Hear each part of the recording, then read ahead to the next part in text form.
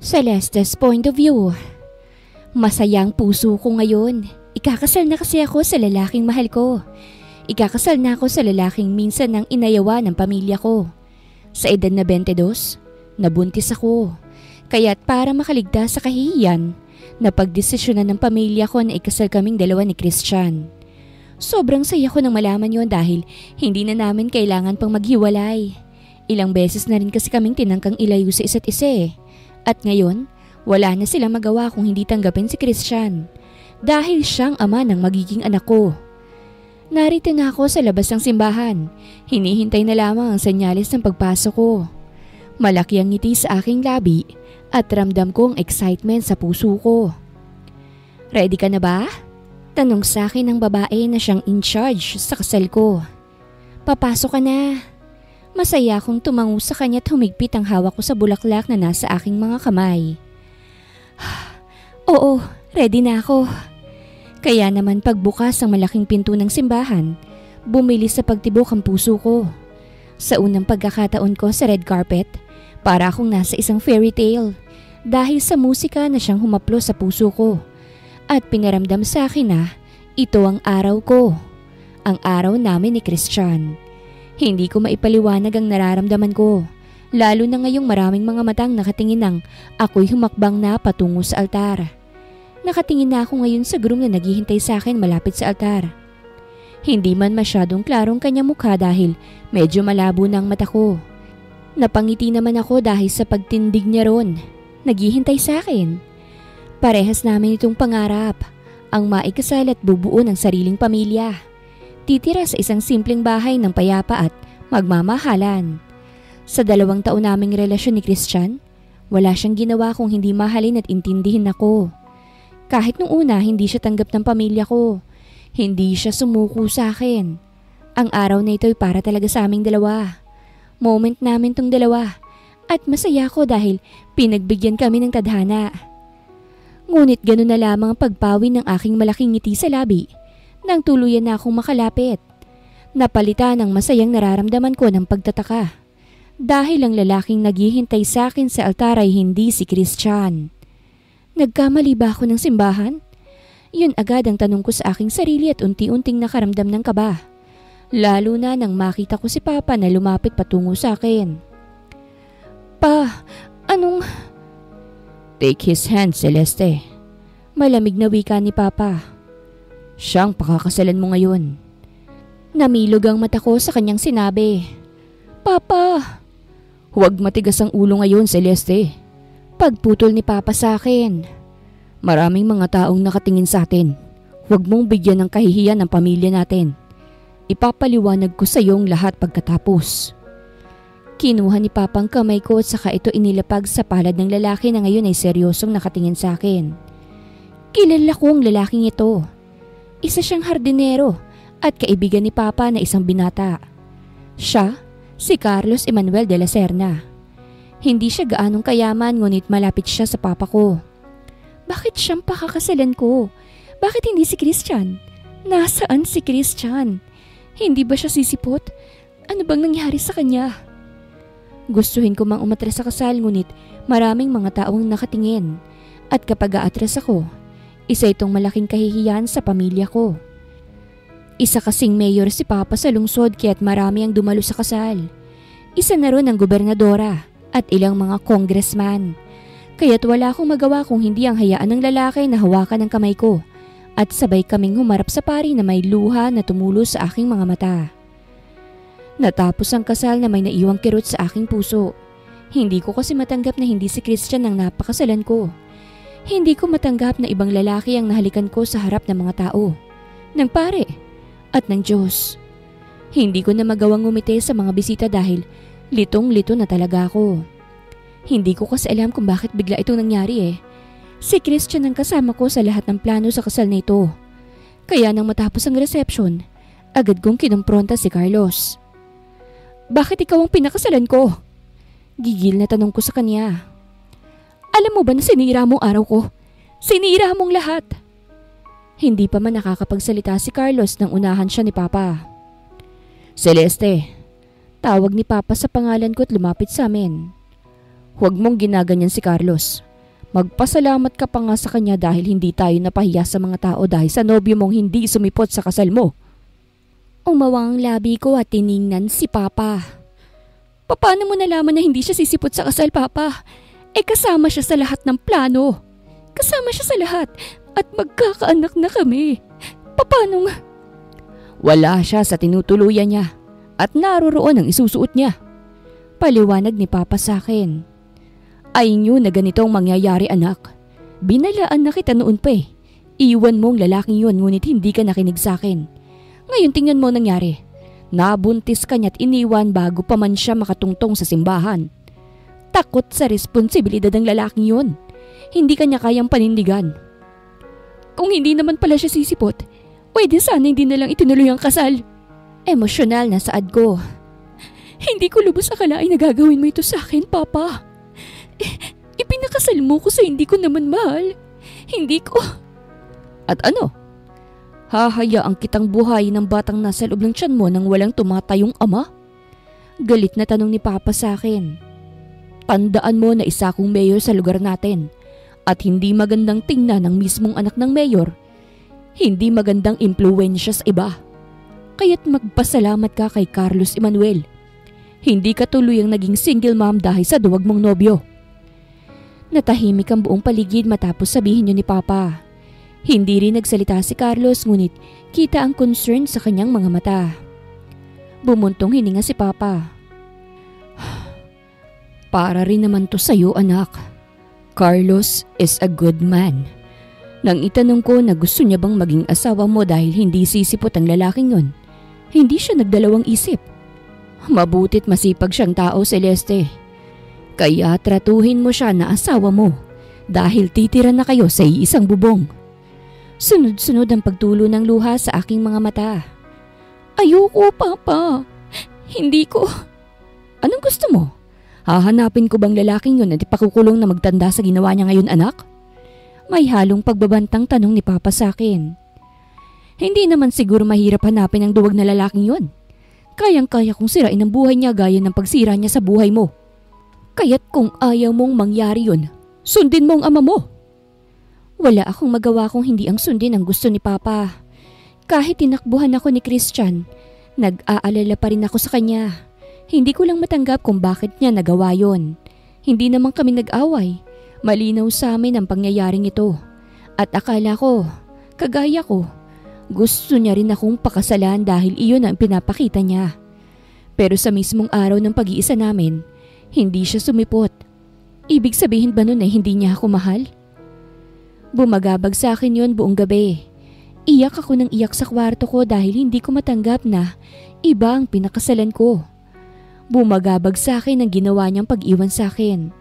Bumagabag sa akin ang mangyayari sa amin ng magiging anak ko na wala siya.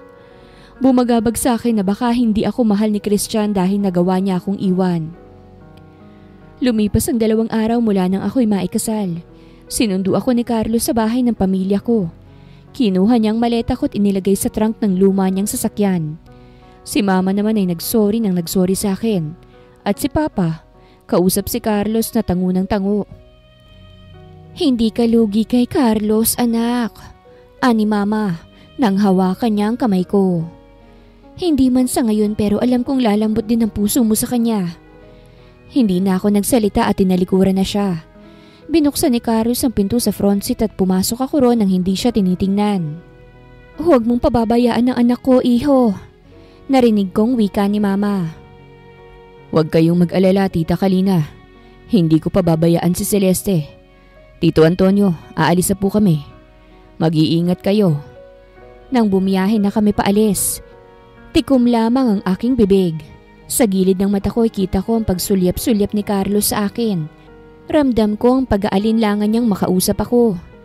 Ano naman ang pag-uusapan namin? Tungkol ba sa kasal na hindi ko ginusto? Tumikhim siya. Kumain ka na ba?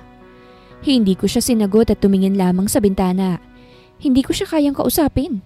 Inis na inis ako sa kanya. Kung hindi pa, anong gusto mong kainin? Gusto mo ba sa restaurant o gusto mong paglutuan kita? Gusto ko mang sagutin ang tanong niya Nanaig pa rin ang pride sa akin. Ayoko siyang sagutin. Ayoko siyang pansinin. That's his price for marrying me. He is my unwanted husband. Siyang asawa ko na hindi ko ginusto't pinangarap. Kaya as much as possible, ayokong mag-work ang kasal na ito upang iwan niya ako. Celeste, pwede ba? Wag mo akong kausapin. Hindi ko mapigilang sabihin yun at binalingan siya. Ayaw kitang makausap. Ngunit imbes na ma-offend sa sinabi ko'y ngumiti siya. Umawang labi ko sa reaksyon niya. Mabuti naman at sumagot ka na. Ngumiti siya sa akin. Akala ko habang buhay mo kung hindi kakausapin eh. Sige ka, babahoy ang hininga mo niyan.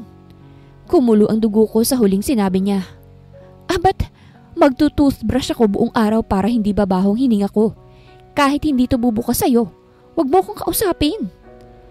Gusto ko lang naman malaman kung anong gusto mong kainin. Busog ako. Pagputol ko sa kanya. At saka pwede ba, hindi ko ginustong maikasal sa'yo. Hindi ko alam kung anong ibinigay ni Papa sa'yo para pumayag na maikasal sa buntis na kagaya ko. Pero wag kang umasta na parang asawa ko. Dahil para sa akin, hindi yan totoo. Hindi tayo mag-asawa. Tumahimik siya matapos kong sabihin yon kaya't naging peaceful muli ang biyahe. Nang sinulyapan ko siya, seryoso ang kanyang tingin sa kalsada. Hindi ko tuloy maiwasang makonsensya sa sinabi ko. Naiinis lang naman ako eh. Broken hearted ako sa ginawa ni Christian sa akin. Dagdag pa na ikinasal ako sa isang kagaya niya. Kaya't hindi niya ako masisisi. Pagdating naman sa titirhan namin, malaki ang bahay at namangha ako sa dami ng mga bulaklak. Iba't ibang klase ng bulaklak. Ito ay mansyon ni Papa na luma na ngunit hindi ko akalain na may mga pananim na bulaklak pala. Sobrang dami pa at magaganda. Lumabas ako sa kotse at nakita ko si Carlos na kinuha mga maleta ko sa trunk. Nang mag-angat siya ng tingin sa akin ay ngumiti siya. Gutom ka na ba? Magluluto ako. Hindi ko na siya pinatapos at nauna na ako sa kanya magtungo sa loob ng bahay. Hindi ko talaga siya kayang pakisamahan kasi sa totoo lang, mas gugustuhin ko pang maging single mom kaysa magpakasal sa hindi ko naman gusto. Kaya naman sa unang araw namin sa bahay, hiwalay kami ng kwarto dahil yon ang desisyon ko. Mabutit hindi mapilit ang isang Carlos Emmanuel at nirespetong desisyon ko. Ang kaso nga lang, masyado siyang maalaga. Kahit hindi ko sinabi, hinahatiran niya ako ng mga pagkain. Mapaumaga, mapatanghali o dinner. Ayoko kasi siyang kasabay sa lamesa. Kaya todo ang kanyang effort sa paghahatid sa pagkain niyang tinatanggihan ko kapag nasa harap siya. Pero kapag umaalis naman siya, ay kinakain ko na. Ganon ang routine sa loob ng 2 linggo. Kinakausap niya ako pero hindi ko siya kinakausap. Gabi-gabi umiiyak ako dahil hanggang ngayon hindi ko pa rin tanggap na iniwan ako bigla ni Christian. Nang magtagal ay mas lalo lamang lumala ang pagsusungit ko. To the point na isang araw, napuno na ako sa kanya. Hindi ba't sabi ko sa'yo na wag mo akong kakausapin? Asik ko nang pumasok siya sa kwarto ko na may dalang tray ng pagkain. At saka tigilan mo ng paghahatid sa akin ng pagkain. Hindi ka nakakatulong sa akin eh. O sige, hindi kita kakausapin kung ayaw mo talaga. Kalmado niyang wikat inilapag ang panghapunan na pagkain sa side table ng kwarto ko. Pero kailangan mong kumain para maging healthy si baby. Ano bang paki mo sa baby ko? Asik ko sa kanya. Pwede ba? Huwag kang feeling concerned kasi hindi naman talaga. At saka umalis ka nga. Huwag mong isiksik ang sarili mo sa akin dahil wala kang mapapala sa akin. Sobrang sikip ng dibdib ko matapos kong sabihin yon. Wala kasing ginawang masama si Carlos sa akin. Sa katunayan, alagang-alaga niya nga ako eh. Pero hindi ko kasi mapigilan lalo na't halo-halong nararamdaman ko. May halong dahil buntis ako at inis sa kanya dahil siyang naikasal sa akin. Bumuntong hininga si Carlos at umatras na. O sige, naalis na ako para makatulog ka na. Kumain ka na. Hindi maganda sa buntis ang ma-stress at walang kain. Maaapektuhan ang nasa sinapupunan mo. Iyon ang huling sinabi niya bago siya umalis sa kwarto ko. Nang ako na lamang mag-isa'y wala sa sariling tumulo ang luha sa mata ko. Hindi ko kasi mapigilan ang sarili ko na hindi mainis. Lalo na sa kanya. Nang tingnan kong pagkaing nasa side table ay napapikit ako. Hindi ko gustong kumain sa mga luto niya pero inaakit talaga ako ng mga ito. Kaya't nakita ko na lamang ang sarili ko na parang patay gutom na kumakain. Masarap kasi ang lasagna na sinali niya sa panghapunan ko. At konti lang ang kinain ko kaninang tanghali. Kaya hindi sapat ang pagkain na inihatid niya ngayon. Gutom pa ako. Nasabi ko na lang ang sarili at kinuha ang tray na dala ni Carlos kanina sa akin. At tahimik na lumabas ng kwarto. Tanging sa labas na lamang maliwanag at ilaw. At sa sala naman ay dim lights na lamang. At tingin ko, maaga si Carlos natulog dahil marami siyang gagawin bukas bilang isang hardinero. Hardinero kasi siya sa lumang mansyon na ito, kaya't dito kami tumira. Kaya naman maingat akong humakbang patungong kusina at mahinang inilapag ang tray sa lababo. Medyo madilim ang kusina at ayokong buksan ng ilaw dahil baka makahalata si Carlos. Ayokong malaman niyang interesado ako sa luto niya. Sana meron pa. Natatakam kong sabit mahinang binuksan ang pinto ng refrigerator at bumungad agad sa akin ang ilaw nito. Saan niya nilagay? Hinanap ko ang lasagna sa refrigerator at nadismaya ako nang wala akong nakita. Tumunog pang tiyan ko kaya't mas lalo lang akong nagutom. Ano bang pwedeng kainin dito? Tiningnan ko ang ibang pagkain sa refrigerator at wala akong ibang nakita bukod sa gulay at prutas. Bumuga ako ng hangin at takmang kukunin ko na sana ang nakita kong mga prutas gaya ng saging nang makarinig ako ng yapak. Sa taranta ko, agad kong iniligay sa bibig ko ang saging at kinuha naman ng mangga at apple. Agad kong sinarang refrigerator gamit ang katawan ko at magtatago na sana ako nang bumukas ang ilaw ng buong kusina. At nahuli ako sa akto ni Carlos na ngayon ay namilog ng bibig nang makita ko. Celeste? Fishty. Namula ang buong mukha ko sa kahihiyan at nalaglag ang saging na galing sa bibig ko.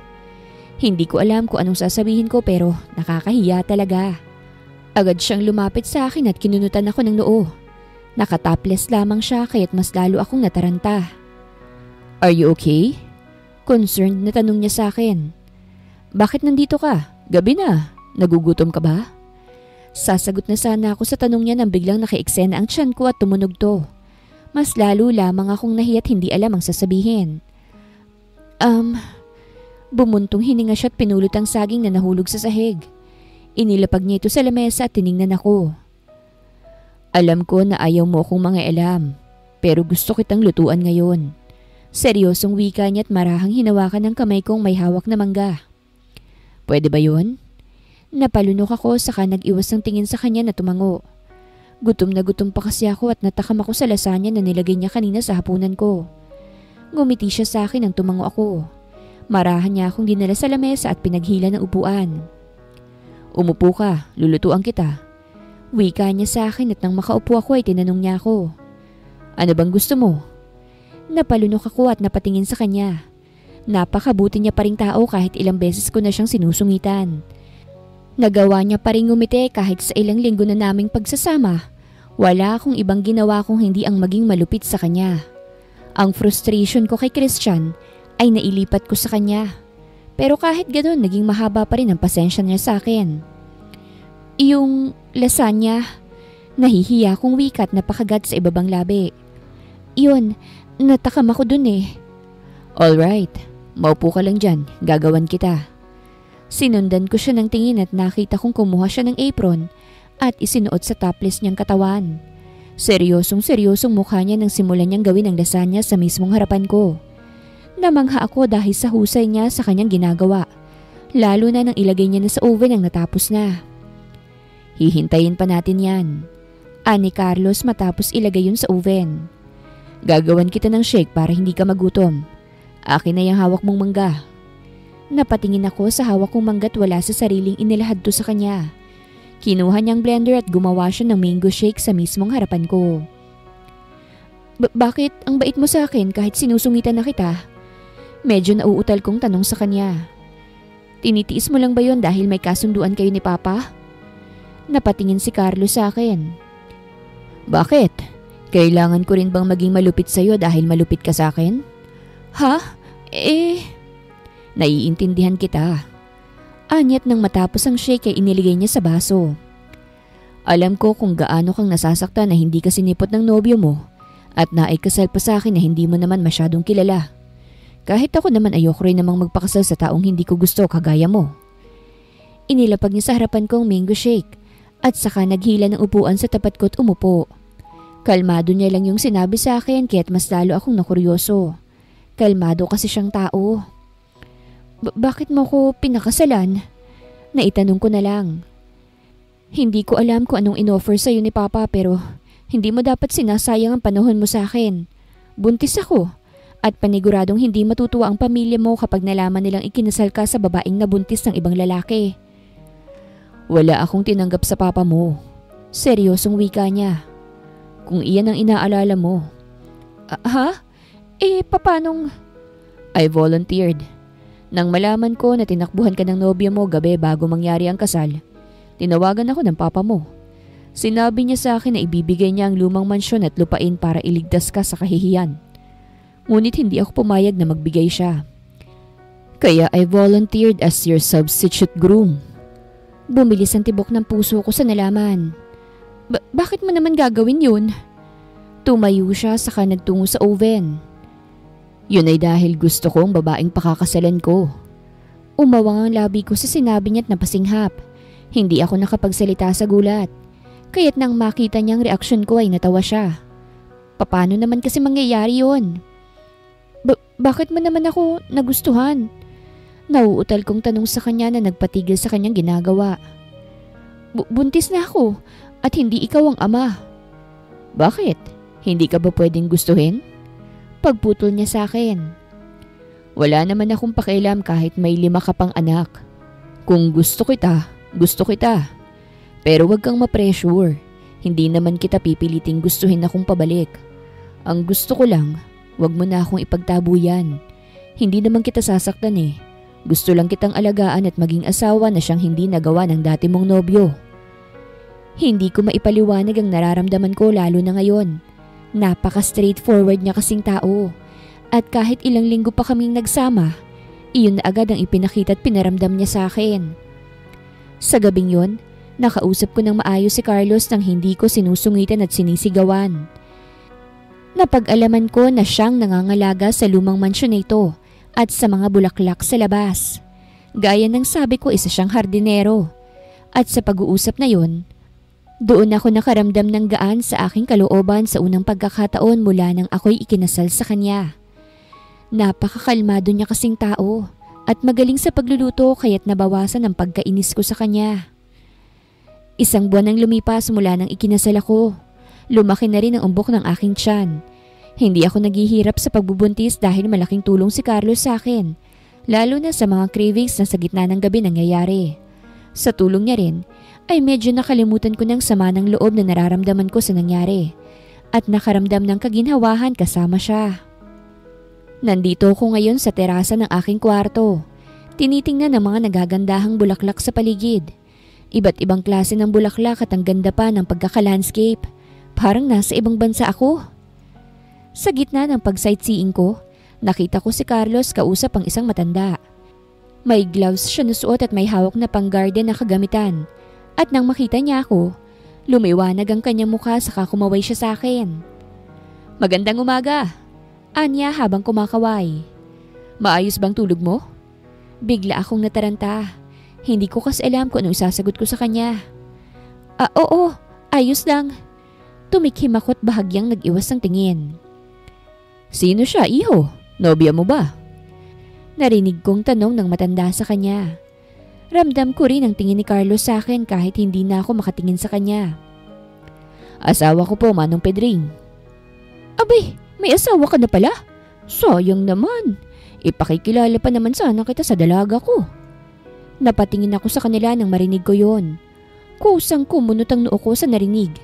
At hindi ko alam kung bakit pero nang makita kong natawa lamang si Carlos at nagpatuloy sa ginagawa, napailing na lamang ako saka umalis na sa terasa. Naisipan ko na paglutuan na lamang si Carlos ng kanyang agahan. Hindi kasi siya nakahanda dahil maaga niyang inasikaso ang hardin at kasalukuyan siyang nasa kwarto niya ngayon kaya't sinamantala ko ang pagkakataon na lutuan siya ng almusal. Kaso nga lang, napasimangot na lamang ako nang makita ang resulta ng pagluto ko. Kakainin niya kaya to? Napangiwi ako habang hawak ang tray na may lamang niluto ko. Pagod ang itlog, nasobrahan naman sa luto ang hotdog. Bumuntong hininga ko sa kalakas loob na naglakad patungo sa kwarto niya sa ikalawang palapag. Ito na sigurong pambawi ko sa kanya dahil siya na lang palagi naghahanda para sa akin. Pagpasok ko sa loob ng kwarto niya since bukas ito, naibaba ko na lang ang tray sa may lamesa nang mapagtanto ko na wala si Carlos Emmanuel dito. Ngayon lang din ako nakapasok sa kwarto niya at hindi ko maiwasan ng mamangha dahil lalaking lalaki at malinis. Bukod doon ay may nakita rin akong toksidong nakahanda sa kama. Kumunot ang noo ko. Bakit siya may toksido? May magtutuksido ba sa hardin? Natawa na lamang ako sa aking naisip at saka naglakad patungo sa banyo. Gusto ko kasing masilip kung gaano kalaki ang banyo since ang laki ng mansyon ni Papa. At ang tahimik ng kwarto, baka wala rito si Carlos. Kaya naman nang buksan ko ang pinto ng banyo, gano'n na lamang ang paglaglag ng aking panga nang madatnan ko si Carlos na sinasabunan ng kanyang sariling katawan at hubad na hubad. Halos hindi ako makahinga lalo na sa nakita ko na malaking armas na itinatago niyang may sabon na rin. Celeste? Agad niyang kinuha ang tuwalya at natarantang pinulupot sa sarili. Anong? Sorry. Napakurap-kurap ako ng matauhan. Namula ang buong mukha ko't napaatras. Pasensya ka na, hindi ko alam na. Ayos lang. Ikaw ang dapat kong tanungin kung okay lang ako. Bumilis ang tibok ng puso ko't umatras lalo. Wala akong nakita. Malabo yung mata ko eh. Magpatuloy ka na, lalabas lang ako ha, bye-bye. At kumaripas ako ng takbo palabas ng kwarto niya. Hindi naisip na buntis pala ako. Paglabas ko'y mahina akong naipukpok ang noo ko sa pader at napa-sign of the cross sa nakita. Kaya ako nabubuntis eh. Kung ano na lang nakikita ko. Sana mawala po yun sa isip ko. Ang laki nun. Diyos mio, bakit ganun yun kalaki? Parang upo. Hay. Mahina akong sinampal ang sarili ko at agad nang nagtungo sa kwarto at nagkulong. Carlos' point of view. Napangiti ako nang makita ko ang tray na may pagkain sa lamesa dito sa kwarto ko. Katatapos ko lamang maligot, hindi mawala sa isip ko ang cute na reaksyon ni Celeste nang hindi sinasadyang makita niya akong nagsasabon sa aking katawan. Nakaramdam din naman ako ng hiya noon ngunit nangingibabaw ang ngiti dahil sa nakita ko paglabas ko. Isang tray ng pagkain, may kanin, pagod na itlog at parang overcooked na hotdog. May pandesal pa at bagong timplang gatas. Ginawa niya ba to para sa akin? Napakagat na lamang ako sa aking ibabang labi dahil sa sayang nararamdaman. Hindi na kasi siya masyadong nagsusungit. Although awkward pa rin siya sa akin. Ngunit ayos na yun kesa naman noong unang linggo ng pagsasama namin sa iisang bubong. Nang matapos kong kainin ang hinanda niyang pagkain, ay kinuha ko ang bulaklak na galing sa sariling pananim ko at ginawa ng bouquet para kay Celeste. Isa itong rosas na kulay pula at hindi na ako makapaghintay na ibigay ito sa kanya. Celeste, tawag ko sa kanyang pangalan sabay katok sa pinto ng kanyang kwarto. Celeste, buksan mo ito, may ibibigay ako. Tapos ka na bang maligo? Mahina akong natawa sa tanong niya. Oo, tapos na ako. Buksan mo ito, may ibibigay ako. Hindi ko sinasadya yung kanina ha? Ani Celeste, hindi pa rin binubuksan ng pinto. Akala ko kasi walang tao kaya't pumasok na ako eh.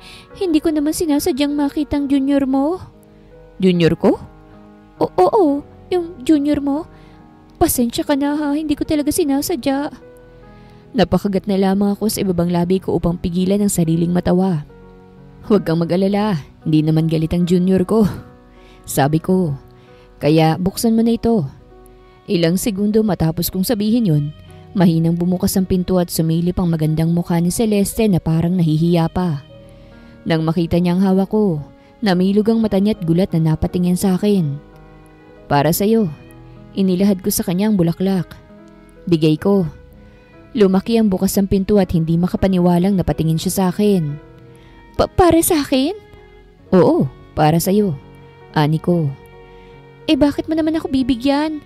May okasyon ba? Wala. Gusto lang kitang bigyan dahil naging mabuting asawa ka sa akin. Ha? Hindi naman. Kinain ko ang hinanda mo sa akin na almusal. Pagputol ko sa kanya. I appreciate your effort, Celeste. Ako na mismong kumuha sa kamay niya at saka pinahawak ang bouquet. Kaya't para sa iyo ang mga bulaklak na ito.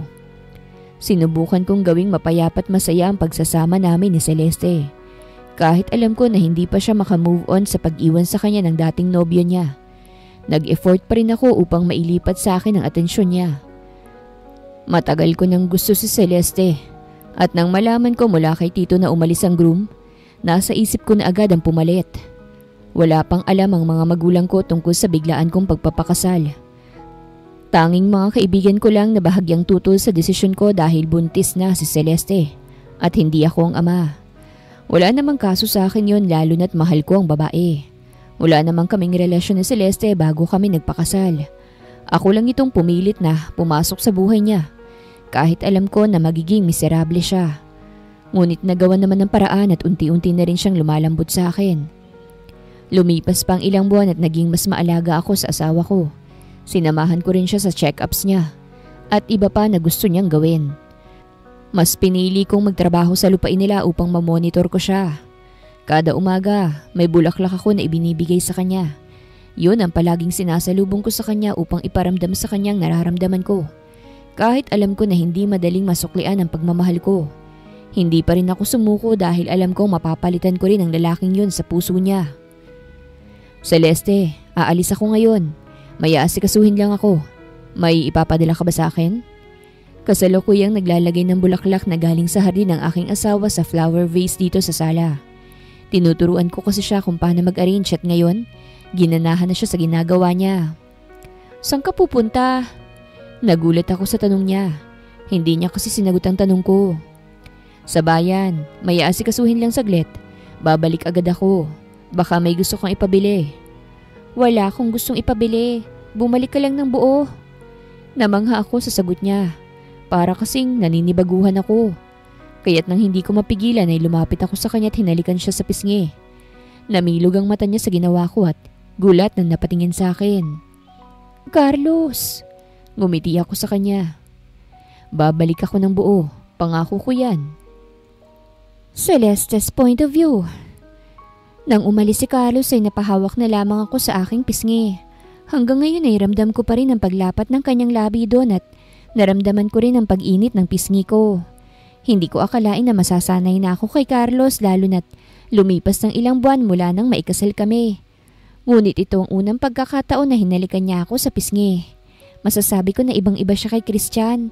Si Christian kasi impulsive. Lahat gusto mabilisan. Itong si Carlos, isang gentleman. Hindi minamadali ang lahat. Hindi ko maiwasang makumpara silang dalawa sa dahilang magkaibang na experience ko. Na kapag kay Christian, masasabi ko na kikiligin ako dahil minahal ko ang lalaking yon. Ngunit pagdating kay Carlos, payapa ang nararamdaman ko. At iyon ang pinaka-importante para sa akin, ang mapayapang puso. At dahil wala si Carlos ngayon, naisipan ko na lumabas sa mansyon upang bumili ng mga kulang sa bahay. Nagpaalam na rin ako kay Manong Pedring na siyang inaatasang magbantay sa mansyon upang hindi siya mag-alala sa akin. Malayo ang mansyon sa bahay nila mama at papa at hindi gaya dun, tahimik na bayan ang tinitirhan namin ngayon. Magkano po yan? Tanong ko sa tindera sabay turo sa cute na keychain. Bulaklak to na nakaukit na gawa sa kahoy. Ang cute! 20 pesos lang po yan, misis. Ani ng tindera habang nakangiti sa akin. Ang ganda ninyo pong buntis. Maraming salamat po. Wika ko. 2 po niyan. Baka gusto niyo rin po ng iba pang souvenir. Mura lang ang mga iyan. Napanguso ako. May panlalaki po ba? Para sa asawa niyo ho ba? Wala sa sariling napahawak ako sa tiyan ko at tumango. Oo, para sa asawa ko. May mga panlalaki po kaming gamit rito, ma'am. Merong sombrero, shades, bracelet at... Yung bracelet, wika ko. Pwede ko po bang makita? Oo naman, misis. Ipinakita ng babae ang bracelet na paninda niya at gawa ito sa beads. Kaya naman agad kong binili upang maibigay ko kay Carlos. Nang akmang lilipat na sana ako ng tindahan para sana bumili pa ng iba pa, ay natigilan ako nang makita kong isang pamilyar na mukha. Si Carlos yan ah. Nasambit ko na lang at napasinghap nang makitang suot niya ang black tuxedo at sobrang ayos ang buhok. Kausap niya ang isang lalaki na nasa kotse at pagkatapos ay sumakay siya ron. Hindi ako nagkakamali. Si Carlos nga talaga yun. Nang umalis ang kotse, agad akong pumara ng taxi at pinasundan ng kotse na yon. Hindi ko kasi maiwasang ma-curious, lalo na't ganun ang pananamit niya. Napagtanto ko na hindi ko pa masyadong kilala si Carlos Emmanuel de la Serna. At gusto kong malaman kung bakit siya nakaganon at sumakay sa kotse na yon may lumang kotse naman siya. Huminto ang kotse na sinasakyan ni Carlos sa harap ng matayog na building. Hindi ko na malayang umabot kami sa kabilang bayan kaya't lumaki ang bayad ko sa taxi driver bago ako lumabas. Nakita ko na respetadong binati si Carlos na mga sumalubong sa kanya bago siya tuluyang pumasok sa loob. Bigla tuloy akong nalito dahil sa pagkakaalala ko, isang hardinero ang asawa ko. Simpleng tao at araw-araw nagtatrabaho sa lupain ni Papa. Bigla tuloy akong nauhaw sa impormasyon kaya't pagpasok ni Carlos ay humakbang din ako patungo roon. Palihim siyang sinundan kaso nga lang, hindi pa man ako nakakapasok sa entrance, hinarangan na ako ng gwardya. "Mrs., nasaan ang ID mo?" "Ha? Wala akong dala eh. Nandito ako kasi." "Bawal pumasok ang walang ID." Istriktong wika ng guard. "Pero kapag sasabihin ko bang asawa ko si Carlos Emmanuel de la Serna, papapasukin mo ba ako?" Umawang ang labi niya sa sinabi ko ngunit maya-maya, bigla na lang siyang humagalpak ng tawa. Napahawak pa siya sa tiyan niyang malaki. Mas buntis pa yata ang guard na to kaysa sa akin. "Nagpapatawa ka ba, Mrs.? Asawa mo ang isang Carlos Emmanuel de la Serna. Aba, hindi ka ba nagdodroga?" Kumulo ang dugo ko sa sinabi niya. "Hindi ka naniniwala sa akin?" Pinasadahan niya ako ng tingin. "Huwag mo sabihing ipapaako mo sa kanya yung dinadala mo ngayon, ha? Naku Inday, lokohin mong lahat, wag lang ako. Ang dami-dami nyo nang pumupunta rito sinasabi nyo na anak ni Sir Carlos ang dinadala ninyo. Ang mabuti pa umalis ka na, bago ka pa makaladkad." Nalaglagan pang ako. Maraming buntis ang nagtutungo rito?" "Oo." Tumawa siyang muli. "Pero hindi namang ganun ang sir namin. Wala pa nga yung asawa at isa lang naging girlfriend. Sobrang ganda pa." Mas lalo akong nalito. "Pero asawa ko si Carlos Emmanuel de la Serna. Pakisabi sa kanyang nandito ako." "Nako, ang mabuti pa umalis ka na, Mrs. Alam kong gwapo si sir pero wag kang ganyan. Maganda ka naman. Bumalik ka na lang sa asawa mo." Asawa ko naman talaga si Carlos Emmanuel de la Serna." Galit na wika ko. "Pwede ba? Hindi ako baliw. Hindi ako katulad ng ibang babaeng sinasabi mo. Asawa niya ako." Kung ganun nga talaga, nagdala ka sana ng marriage certificate ninyong dalawa." "What's happening here?" Parehas kaming natigilan ng guard nang magsalita ang isang sosyaling matanda. Sa gilid niya isang magandang babae na inosenteng nakatingin sa amin. Mukhang papasok pa sila sa building. "Ma'am Emma," ani guard at bahagyang napayuko. Pasensya na po at may hindi lang kasi kinaiintindihan itong babaeng ito." Umangat ang kilay ng matandang sosyalin. "Anong hindi niya naiintindihan?" Napatingin sa akin ng guard bago sinagot ang tanong ng matanda. Ang sabi niya asawa niya raw si Sir Carlos." Napasinghap ang babaeng katabi ng matanda at napatingin sa akin. Napatingin din ako sa kanya at kita kong nagulat siya. Sino naman bang babaeng to? Natawa ang matanda. "Asawa ka ng anak ko?" Umawang ang labi ko. Mama siya ni Carlos Emmanuel. Hindi ko maiwasang mapalunok. Ano ba kasing nangyayari? "Don't be ridiculous, iha. My son is for Emiliana." Binalingan niyang babaeng maganda. "Hindi siya pumapatol sa average look na kagaya mo." Buong buhay ko, hindi pa ako kailanman na insulto ng ganito. At hindi lang yun, mas lalo akong nalito sa katauhan ni Carlos. "Tita, don't be like that." Ani ng magandang babae. Baka totoo ang sinasabi niya. "Don't be ridiculous, Emiliana. Hindi naman basta-bastang papataw sa ibang anak ko. Kahit noong naghiwalay na kayo, trabaho lang inaatupag niya." Kumuyom ang kamao ko. "Pero totoo ang sinasabi ko. Asawa ko ni Carlos." "Kung totoong asawa ka ni Carlos, hindi ko matatanggap ang isang kagaya mo." Diretsong wika ng matandang sosyale na ngayon ay nakataas na ang kilay sa akin. You get me? Hindi kita matatanggap kaya't umalis ka na. Hindi pumapatol ang anak ko sa isang kagaya mo. Mama! Nangilid ang luha sa aking mga mata nang makita ko si Carlos na lumabas sa building.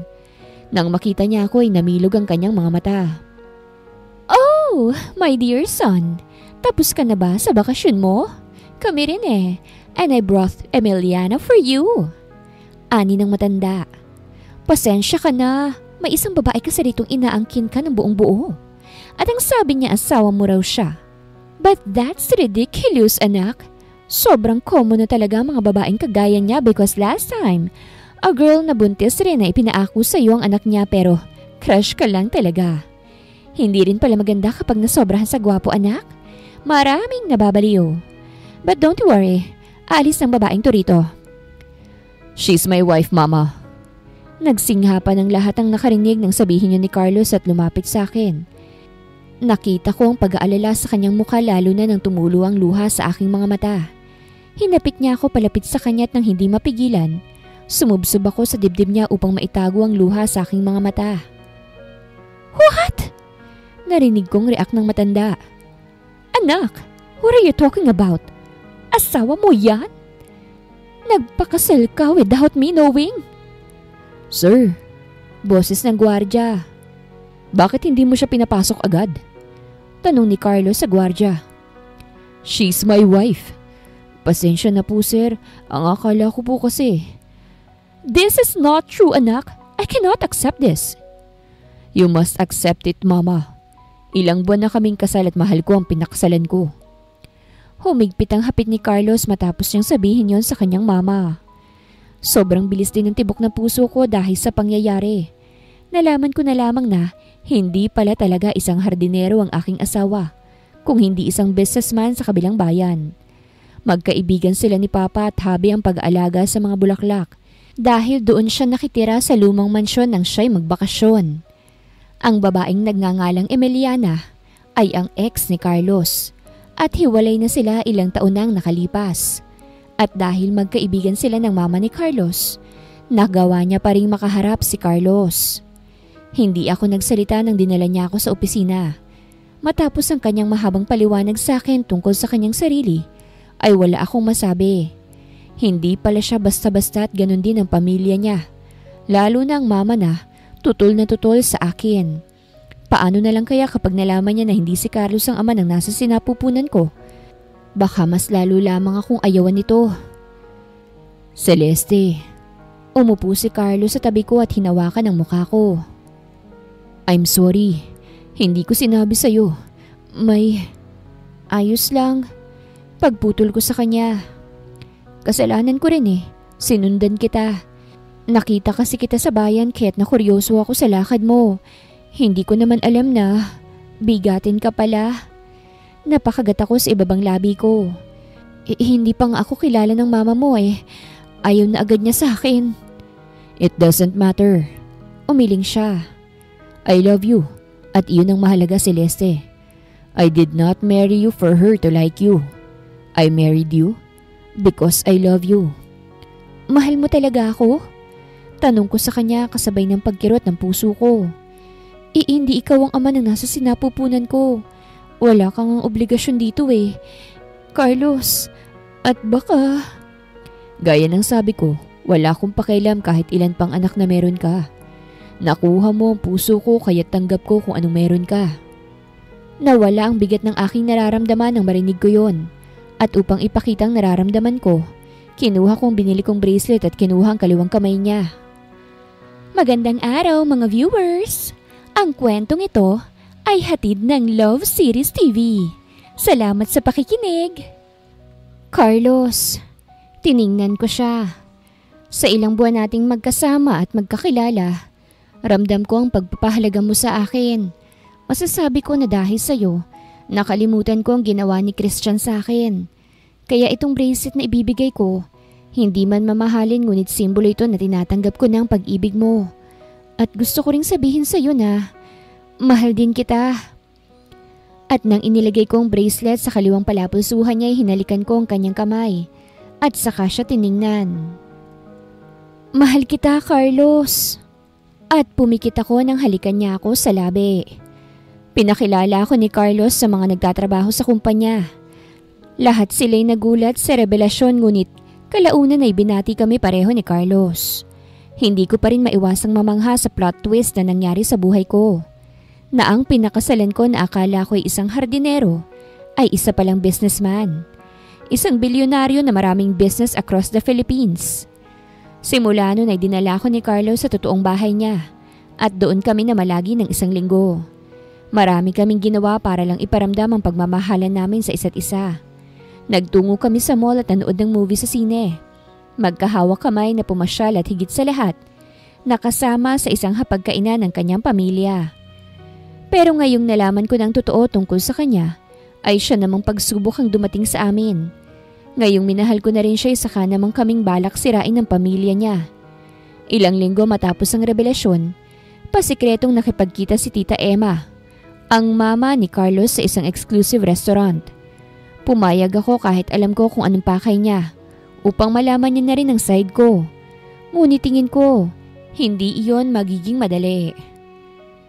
Dediretsahin na kita, Miss Celeste. Hindi kita gusto para sa anak ko. Wika ni Tita Emma sa akin at saka inayos ang pag-upo. Bukod sa ayaw ko mismo sa iyo, nalaman ko na hindi pala si Carlos ang ama ng nasa sinapupunan mo. At hindi ka man lang ba nahiya? Ipinapaako mo sa anak ko ang hindi sa kanya. Mahal ko po si Carlos, Tita Emma. At tanggap niya po ako at ang anak ko. Wala akong pakialam kung tanggap yan ang anak ko. Ang akin lang, kapag mabubuhay yan, hindi kamukha ng anak ko ang magiging anak mo. Malamang po, hindi po siyang ama ng anak ko. Sagot ko agad. Pero kahit ganun kasal na po kami at mahal niya ako at ang magiging anak ko. Natawa siya. How dare you, Iha? Hindi mo ba ako naiintindihan? Ayaw ko na may hindi ka dugo sa pamilya ko. Huminga ako ng malalim. Kung ganun, hindi dapat akong kinakausap niyo ngayon kung hindi ang anak niyo. Siyang kausapin niyo. My son is destined to Emiliana. Sila dapat ang ikakasal, hindi ang isang katulad mo. Napasapo siya sa noo at bumuntong hininga. Gosh! Hindi mo talaga naiintindihan yon? Naiintindihan ko po yun. Ngunit nagmamahalang kami ni Carlos. Saka lang ako aatras kung siya na mismo ang bibitaw sa relasyon namin. Kasi rerespetuhin ko ang desisyon niya. Pero kung galing sa'yo, pasensya ka na, ngunit ang anak niyo po ang dapat kausapin niyo. Isang mayor ang papa mo, right? Tanong niya't nakakalokong ngumiti sa akin. Alam mo, pwede kong ipalabas sa media na nag-hire ang papa mo ng lalaki para lang iligtas ka sa kahihiyan. Na ang buntis na kagaya mo pinaako sa ibang obligasyon dahil tinakasan ng lalaking nakabuntis sa unikaihan ng mayor. Ano na lang kayang sasabihin ng mga tao, no? Hindi kaya't mas nakakahiya kapag nalaman niyo ng lahat, lalo na ng mga sumusuporta sa papa mo. Kumuyom ang kamao ko. Paano niyo nalaman ng lahat ng yon? I can do that, Iha. Ngumisi siya. Kaya kong gawin ang lahat para sa anak ko. Gaya ng papa mo, kaya ko rin gumawa ng karumihan para lang maalis sa kahihiyan ng anak ko. Hindi kita tanggap lalo ng batang nasa sinapupunan mo. Ano bang gusto mong mangyari? Simple lang. Hiwalayan mo ang anak ko. Mag-file ka na ng annulment. Mas maganda kung irason mo na nagkabalikan na kayo ng ama ng anak mo. And that way, hindi gugulo ang pamilya mo. Nagkakaintindihan ba tayo? Kumuyom lalo ang kamao ko sa ibabaw ng hita ko at hindi ko alam kung anong sasabihin. Hindi ko kayang hiwalayan si Carlos at mas lalong ayoko namang masira si Papa ng dahil lang sa akin. Malapit na kasi ang pag-file muli ng candidacy at muling tatakbo si Papa bilang mayor sa bayan. At kapag lalabas ang isyu na yon, mas malaking tsansa na tatalikod ang iba kay Papa. At ayokong mangyari yon. Kasalanan kong lahat ng ito kaya't gagawa ako ng paraan.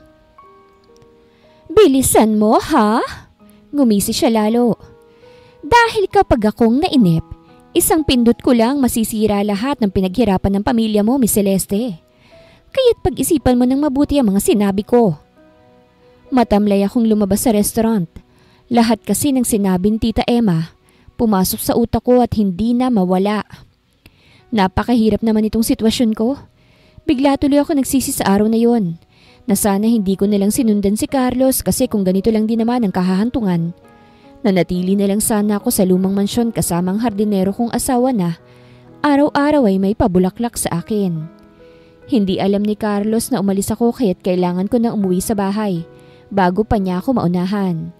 Ayokong malaman niya ang tungkol sa usaping ito dahil baka mag-away sila ng mama niya.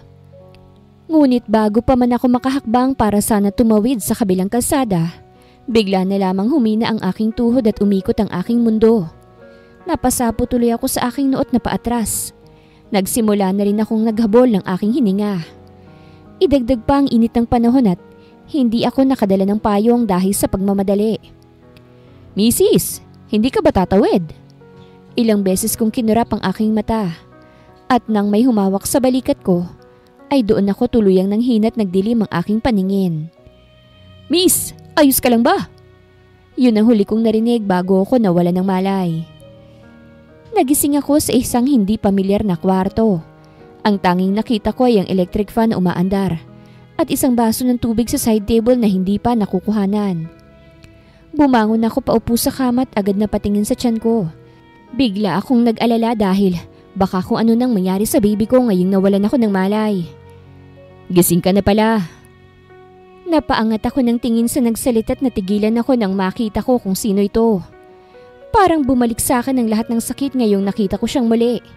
At ngayon pa talaga sa sitwasyon ko na ito. "Christian?" Umigting ang pangako. "Celeste, alam ko nagalit ka sa akin dahil sa ginawa kong hindi pagsulpot sa kasal natin. Pero wag muna natin yung pag-usapan. Gusto ko lang itanong kung ayos ka na ba." Umalis ako sa kama at tumayo. Agad kong pinagpagan ng sarili ko at kinuhang bag ko na nasa upuan lang nakalagay. "Ikaw bang nagligtas sa akin?" Tanong ko sa kanya. "Sana hindi mo na lang yun ginawa. Nang dahil sa'yo gulong-gulo na ang buhay ko." "Celeste, magpapaliwanag ako. Hindi ko ginustong naiwan ka dahil totoo namang mahal kitang ngunit hindi pa ako handa.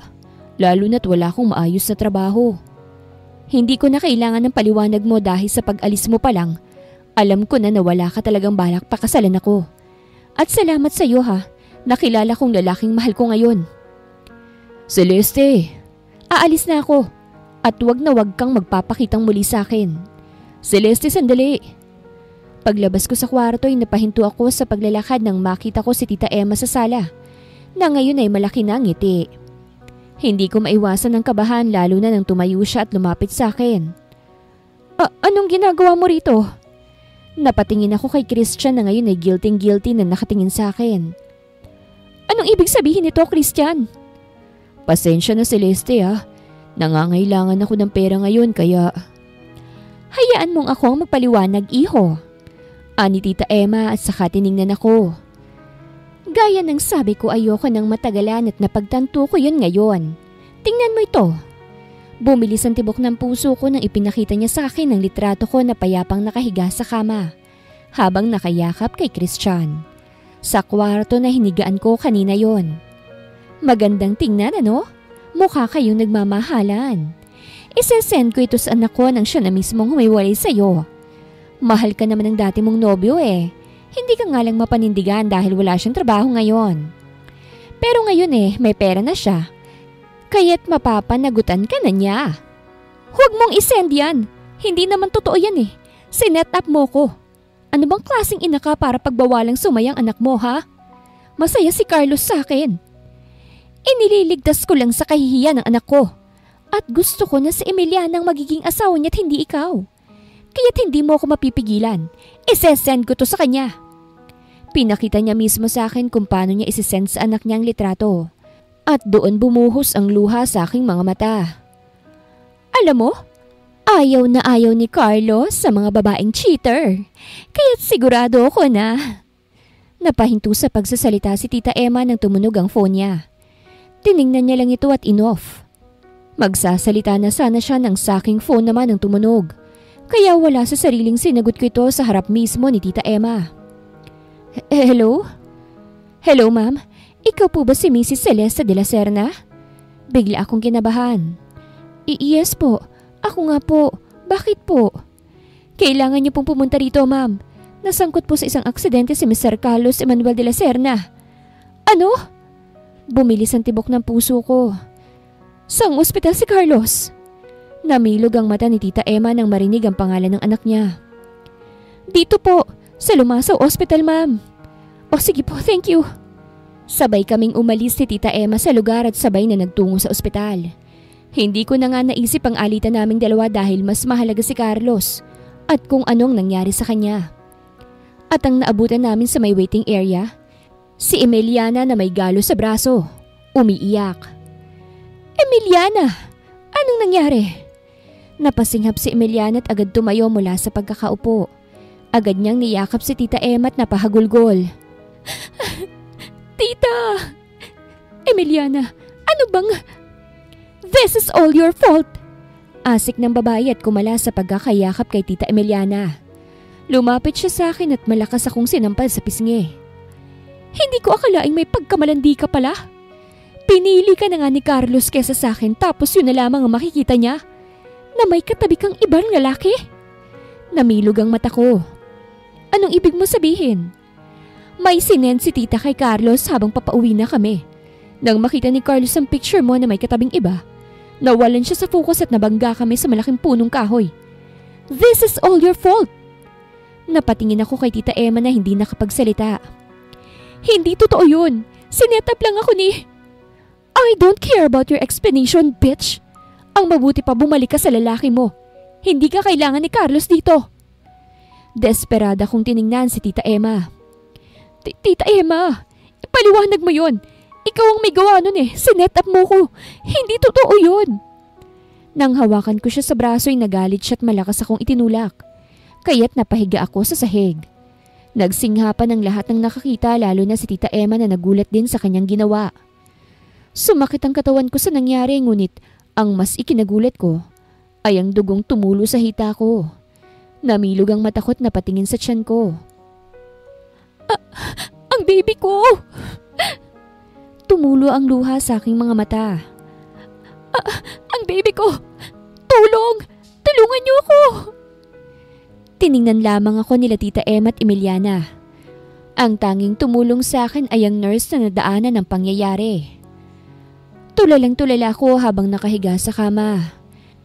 Hindi kasi ako makapaniwala na sa isang iglap, biglang nawala sa akin ang lahat. Sa simpleng pagtulak lamang na iyon ay nakunan ako. Nawala na sa akin ang baby ko. Hanggang ngayon ay pinoproseso pa rin ng utak ko ang buong pangyayari. Tulalang-tulala ko habang mahinang tumutulo ang luha sa aking mga mata. Para akong namanhid sa nangyari. Anak, ani mama sa akin habang hawak ang aking kamay.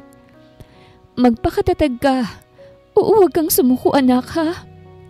Hindi ko sinagot si mama at nagpatuloy lamang sa pagtulo ang aking luha. Si papa naman ay walang emosyon ng mukha habang nakasandal lamang sa pader. Antonio! Binalingan ni mama si papa. This is all your fault. Sana hindi na lang natin ipinakasal si Celeste kay Carlos. Look what happened. Nawala ang apo natin dahil sa ina niyang bastos. Ibinalik ni mama ang kanyang tingin sa akin at humigpit ang kanyang hawak. I'm sorry anak.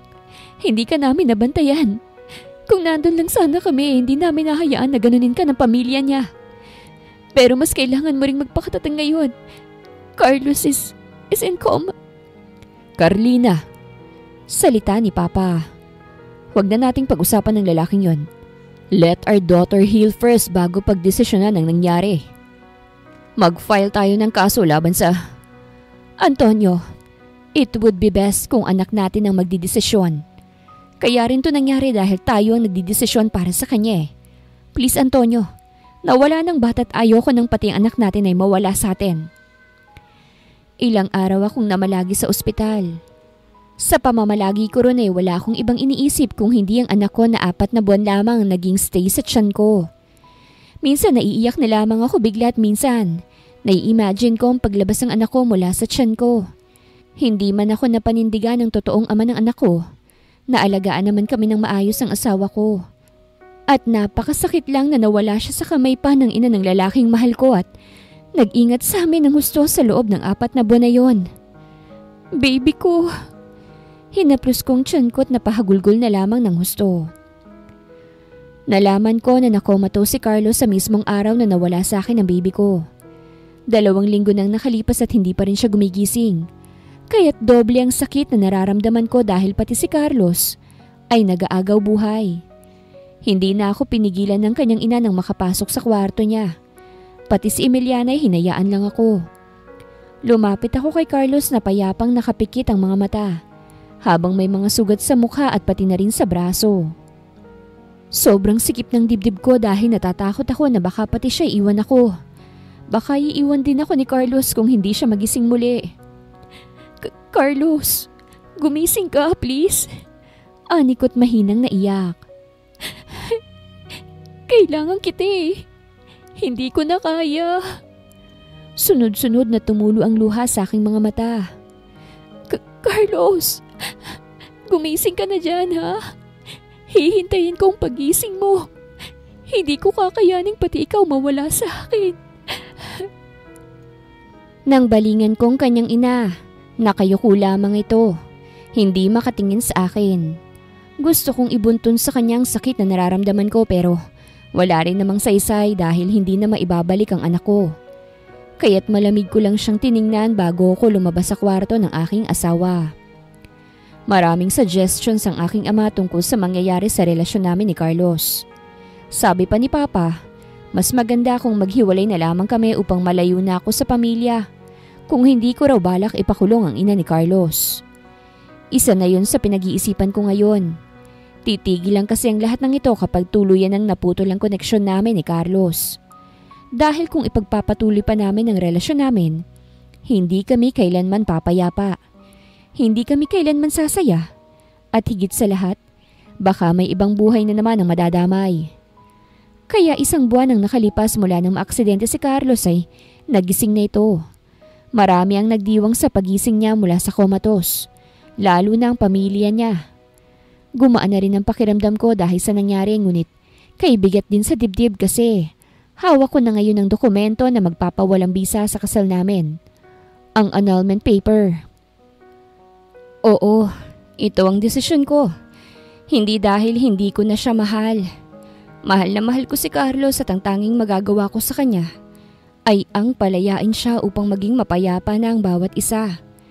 Kaya sana maintindihan niya ito. Napakahirap din sa akin ang desisyon na ito. Carlos' point of view. Nagising ako mula sa mahabang pagtulog ko.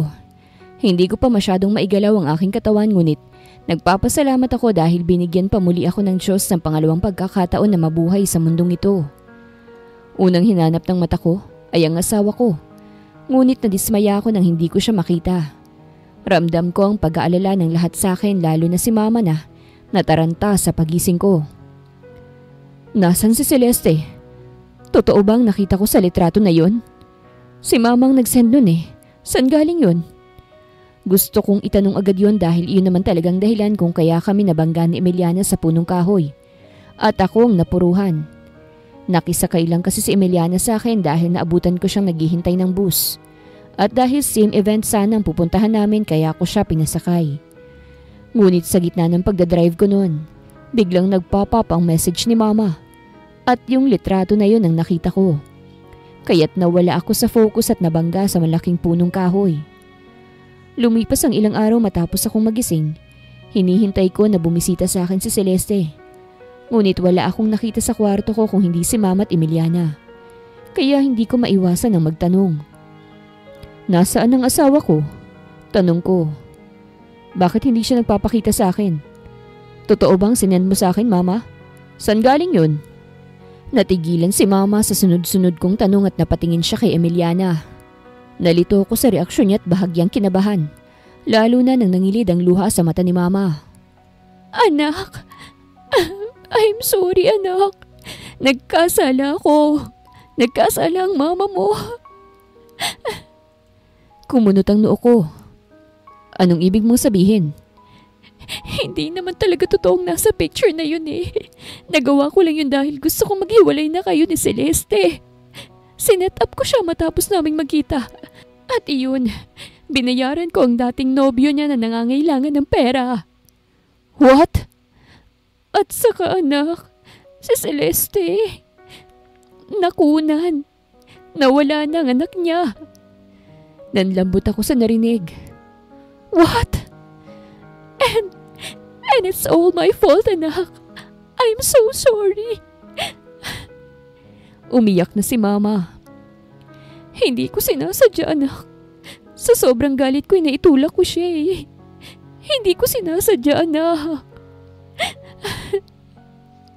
Umiyak sa harapan ko si Mama. Sising-sisi sa ginawa at ako naman, natulala na lamang. Naisip ko kung anong nararamdaman ngayon ng asawa ko. Kailangan kong puntahan ang asawa ko. Anikot akmang bababa na sana nang pigilan ako ni Emiliana. Carlos, hindi ka patuloy ang magaling. Kailangan mo munang magpalakas. My wife needs me. Hindi ko ma-imagine ang naririnig ko ngayon. Pero Carlos... Nandito na ako, Carlos. Lahat kami sabay-sabay na napatingin sa may pintuan. Nakita ko si Celeste dun. At nang ibabang tingin sa kanyang tiyan, kumirot lalo ang puso ko nang makitang wala na itong umbok. Celeste, pwede niyo ba kaming iwan saglit? Kakausapin ko lang ang asawa ko. Malamig na wika ni Celeste at hindi naman nagprotesta ang dalawa at agad nang lumabas. Iniwan kaming dalawa ni Celeste. Celeste, masaya akong nagising ka na, Carlos. Hinihintay kita. Tagos sa aking pusong nakita ko ngayon. Kita ko na pumayat siya at mukhang galing sa pag-iyak dahil sa kanyang matang namumugto. Inabot ko ang mukha niya at tiningnan siya. Celeste, huwag kang mag-sorry kung iyan ang babanggitin mo. Pagputol niya sa akin.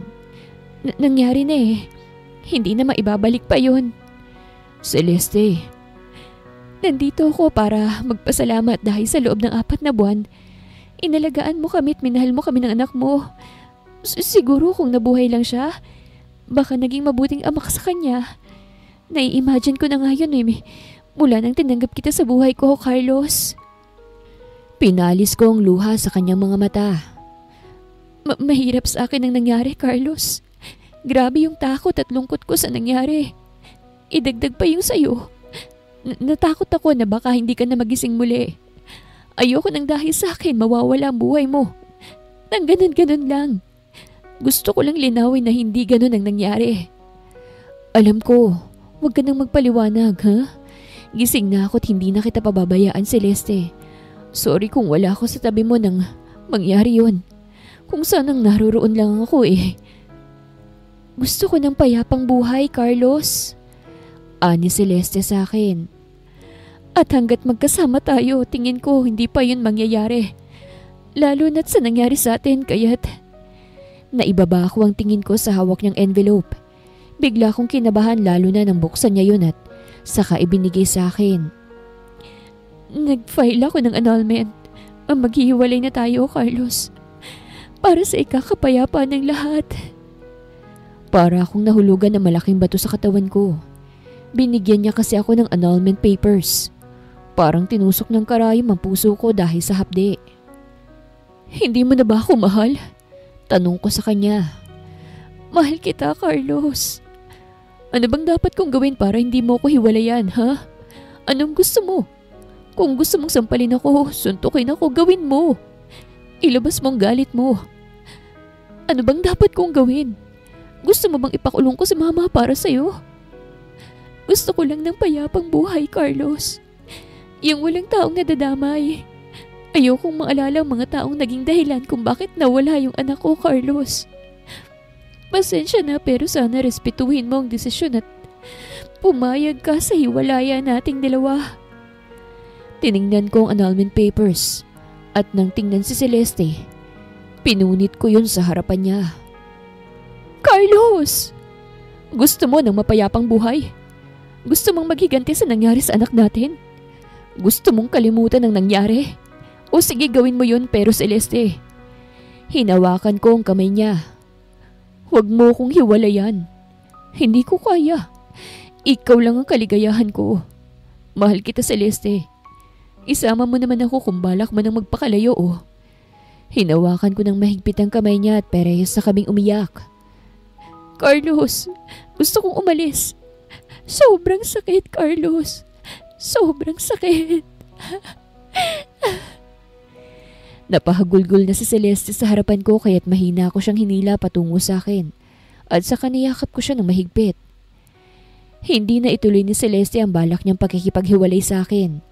Ngunit hindi gaya noon, ramdam ko ang pandalamig niya at hindi ko kayang harapin ang mama ko. Kaya nang tuluyan na akong gumaling ay agad kaming umalis ni Celeste sa bayan at nagtungo sa malayong lugar na walang nakakakilala sa akin. Pinagsikapang kong naroroon ako palagi sa tabi ng asawa ko dahil alam ko na hindi ganun kadaling mawala ng anak. Kahit nasa sinapupunan pa lang niya yun, mahal na namin ang batang yon.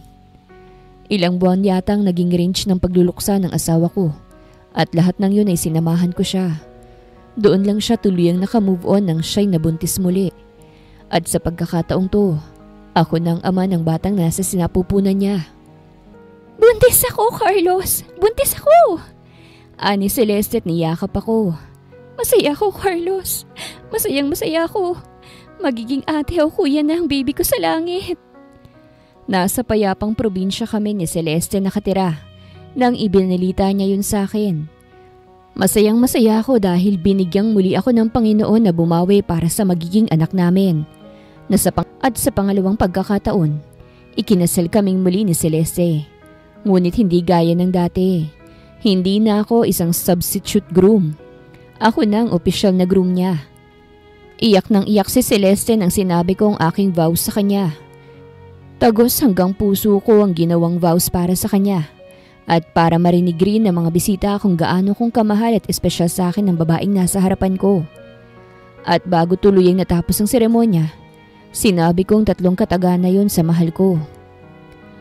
I love you, Celeste. Anikot na iyak na rin. Thank you for giving me a chance to be with you and to prove myself to you once again. You are my world, my Celeste. Sobrang tatag ng babaeng mahal ko. Nang dahil sa pagmamahal niya sa akin, tinanggap niya pa rin ako kahit malaking sala ang nagawa ng aking pamilya sa kanya. Lalo na ng aking ina. Mahal din kita, Carlos. Salamat dahil minahal mo ako at tinanggap. Hindi ako nagsisisi na mag-take ng risk muli dahil ikaw na yan eh. Ang Carlos ko na biglang sumulpot sa buhay ko at magiging akin na habang buhay. At sa pangalawang pagkakataon, naglapat ang aming mga labi sa harap ng pari, ng altar, ng mga bisita, at ng Diyos na may pagmamahal na sa aming dalawa. Wakas!